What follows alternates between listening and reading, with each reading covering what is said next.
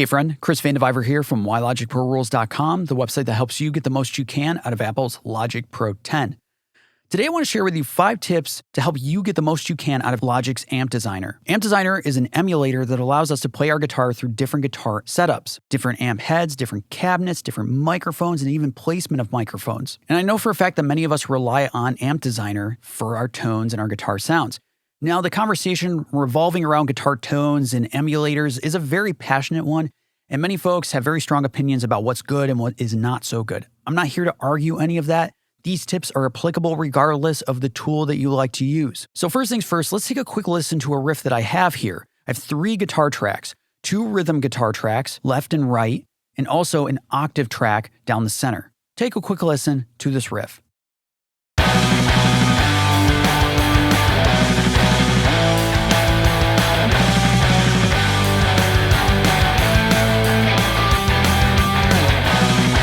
Cool, this is the world that I grew up in. Punk rock, hardcore, very aggressive stuff. Maybe not your cup of tea, totally fine. Number 1 in our list in how to get the most out of Amp Designer is, first, let's take a quick look at the library and the different presets that already come with Logic when it comes to guitar tones. I'm gonna duplicate this track and let's take a quick look. I have the broken up Brit track that I've adjusted to my taste, but if we just take a quick look at the channel strip here and what plugins commonly appear on these channel strips, just poking around, I think you'll start to notice some trends. Now, I like to poke through the library first to find a tone that matches what I'm after and then finesse from there. It's a great starting point. But after that, it boils down to getting the tone the best you can with Amp Designer in terms of adjusting the EQ, the microphone, the placement, the cab, etc. But if you notice, 9 times out of 10, the channel strips come with both pedal board and channel EQ. And though these pedals in this case are not even turned on, they're there as good suggestions. For the longest time, I would try to get a really aggressive tone with a half-stack emulation, and I would never get the tone that I was after. And then when I started to implement the different drive plugins, and that's when I realized I can't just pick an amp and that's that. I gotta finesse the tone more. Additionally, the channel EQ is very often employed, and this is what takes it to the next level. The channel EQ helps us craft the tone even further so it sits better in the mix. And though I'd like to say just pick, a guitar head, guitar cab, you're good to go, really to get that extra inch, that extra mile, we need to finesse the tone a little more with pedal board and EQ. So I want to demonstrate that right now. I'm going to take a listen to this guitar track right here, and we'll send it down the center so we can hear it. I'm going to solo, and you can notice the pedal board has the high drive, treble boost, and channel EQ. Cool? So let's take a listen. I'm going to bypass and then reintroduce the high drive so we can hear the difference this makes to the amp tone. Check it out.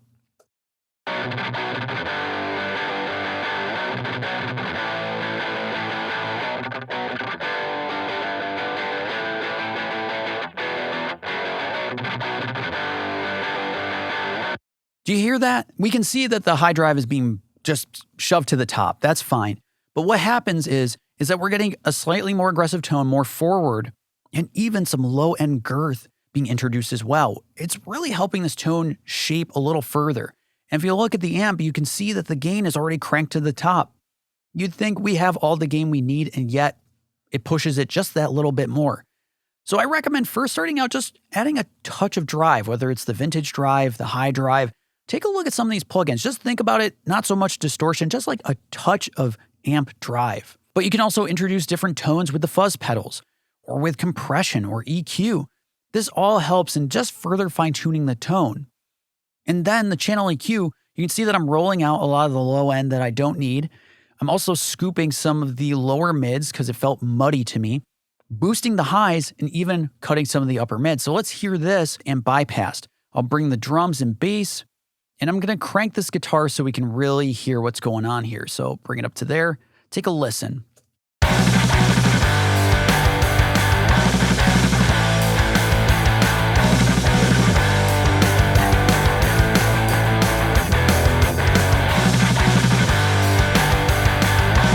Such a difference. The point is that it's a balancing act. And it's not just a balancing act with the amp and with the cabinet and the microphone. It's also more times than not introducing some pedals and some EQ to further finesse. Now, number 2 is to adjust the guitar level going into Amp Designer. This comes from old interfaces that I've owned through the years, specifically my Mo2 8 Pre, which was a Firewire interface. All the inputs had high Z inputs, but they're a little different from some of the interfaces I've tried out lately. All this to say, not all high-Z inputs result in the same gain structure for guitar signals. To really cement this, let's take a look at these two guitar signals over here. So this first one was from my PreSonus Quantum, and you just press the button, you say, hey, this is high Z, and then you record guitar, and that's the signal I got.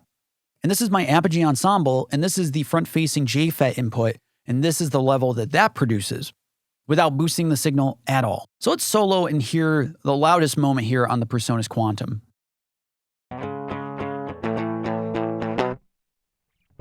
So you can see negative 10.6, okay? Let's now check out this Apogee JFET.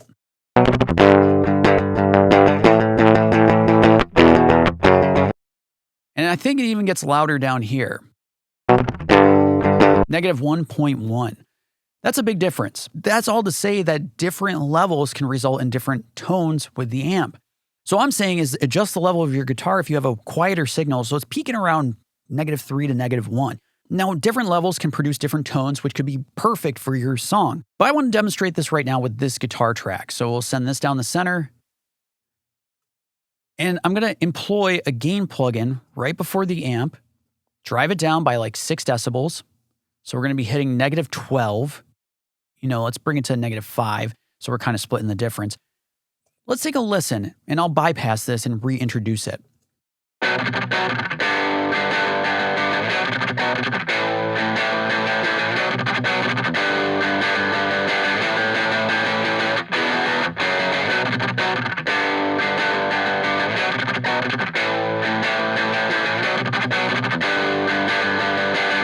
Do you hear how just the signal itself, just being brought to a healthier level, is driving the amp and the pedal board a bit more? It sounds more firm, more aggressive, more assertive. Now, any guitar player is used to playing with the volume on their guitar to produce different tones.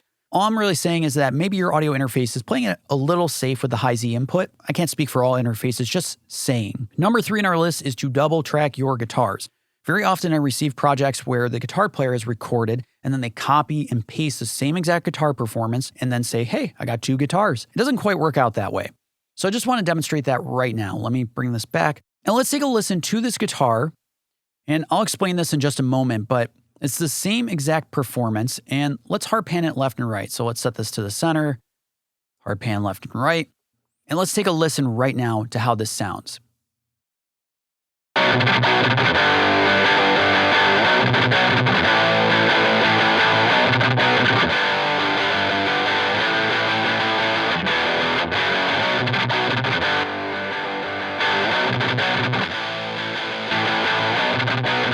The result is that it's summing to mono, and that's because it's the exact same guitar performance. You're not going to get 2 separate performances out of it. Now, I've talked about ways to double track, and I highly recommend record a second pass. If you have a guitar that has many takes that you've recorded, then just duplicate the track, copy down that take folder, and cobble together a new guitar pass from those existing takes. So, just pick apart maybe this, and make a second guitar take. Don't just duplicate the same exact guitar performance and call it a day. And I want to demonstrate this even a step further. So let's copy and paste these guys down here. Let's copy and paste this guy and then bring this down. So this is the exact same performance, just in this other guitar stack. And let's hear the difference between this and this in terms of stereo width. Okay, check it out.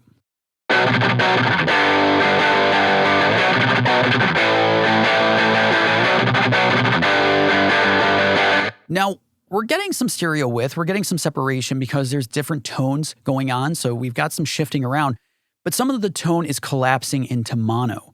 Let's now take a listen down here where we have a completely separate performance on the right-hand guitar. Take a listen.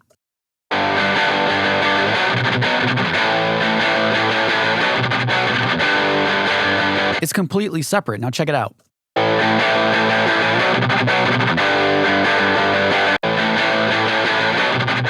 That's the difference. So we're getting a little bit of width, but we're not getting all the way width. I highly recommend record multiple guitars if you're going for that double track sound. Number 4 in our list is to try slightly different amp sounds and setups for each guitar track in your song. Now it's fine to duplicate a guitar stack and, just record each part just to get it down, but take it the extra step, record more than one take if you're going to double any sort of guitars, and then play with the tones. So I have the broken up Brit here, And I have my amp stack, and I have most of everything dimed with a 57. And then if we take a look down here, we have an amp track here. Same amp, but different tone, different microphone. And then I've even adjusted the channel EQ for each to be slightly different from one another to fit better in the mix. So mostly the same, but not all the same. And for the octave track, I started out with the brown tone metal stack and then fine-tuned. So totally different amp. So we got different tones going on. And to demonstrate the difference, I actually have this entire performance, but with the exact same amp sounds, pedal board, and channel EQ for all the guitars. So we can see pedal board is identical. The amp is identical. So you can see everything's the same for the guitars. And I also threw in a gain plugin, -6. So we're kind of emulating that slightly quieter guitar tone. And I even, for this right-hand guitar, these two guitars are identical in performance. The left and right rhythm guitar tracks, exactly the same. The only difference is sample delay, delaying by 30 milliseconds to create that Haas effect. So we're aiming for width, but let's take a listen to the difference between this performance and all of this identical patches, identical performances for the rhythm guitars. Take a listen to the difference.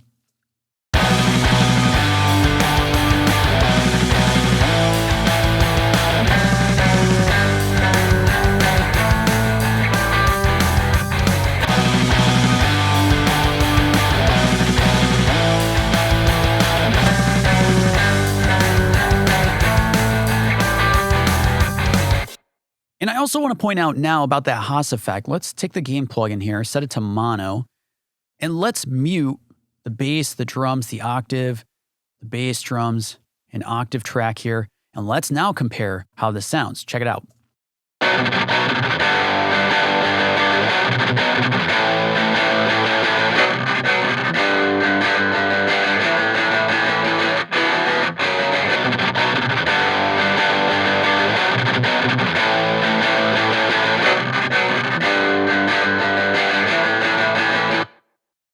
I don't know if you can hear it, but my guitars in the first performance, although they're not the tightest, they're way tighter than the second performance. The second performance with the sample delay, pushing things back for that Haas effect, when collapsed to mono, has this like weird flamming effect because it's the same performance, just pushed back in time. So nothing's tight about it. That's why I recommend double tracking.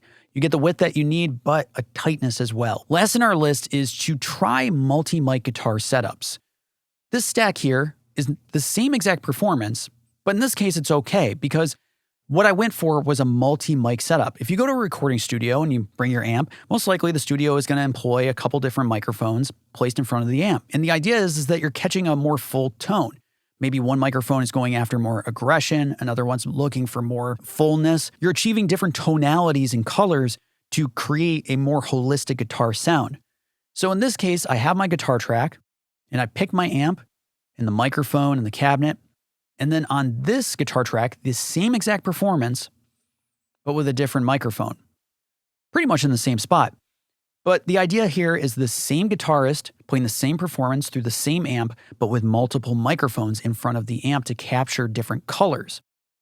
So check it out. If we set this to the center, let's now take a listen to this guitar by itself, and then we'll solo each microphone.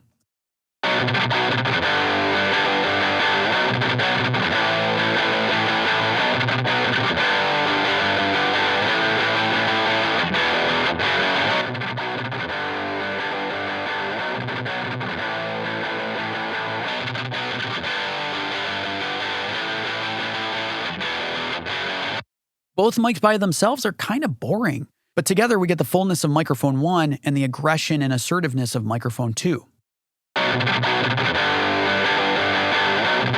Let's hear that next to this guitar track. And let's actually remove that mono. Here we go.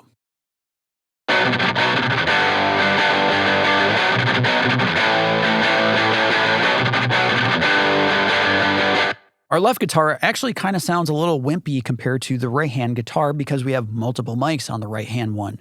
So that's something to keep in mind. So these 5 tips. Number 1, it's a balancing act. Start with the Logic presets for clues on how to get the tone that you're after, and then adjust not just the amp, but pedal board and EQ after the amp to further finesse the guitar tone that you're after. Number 2 is to adjust the guitar level going into Amp Designer, and it all depends. I say shoot for -3 to -1 dB, but just play with it. Maybe you want to back it off a bit to get a less aggressive and in-your-face tone. Maybe you want to push into the amp to get more aggression. Up to you. Number 3 is to double track your guitars for width and power. I don't really recommend just copying and pasting and then using the Haas effect, but that's up to you. Number 4 is to try slightly different amp sounds and setups to create more width, more space, more distinct guitar tones. And number 5 is to try multi-mic guitar setups. In this case, I have a track stack and I have 2 guitar tracks. One has one microphone in one spot. The other has a different microphone in a different spot. And it's the same performance being summed to a track stack, so I can further process it with EQ if I feel it necessary. So I hope this was helpful for you. If it was, as always, I highly suggest subscribing to the YouTube channel, Why Logic Pro Rules, or subscribing on the website itself, whylogicprorules.com. Every week I'm posting new videos, new emails, and posts to help you get the most you can out of Apple's Logic Pro 10. Thanks so much.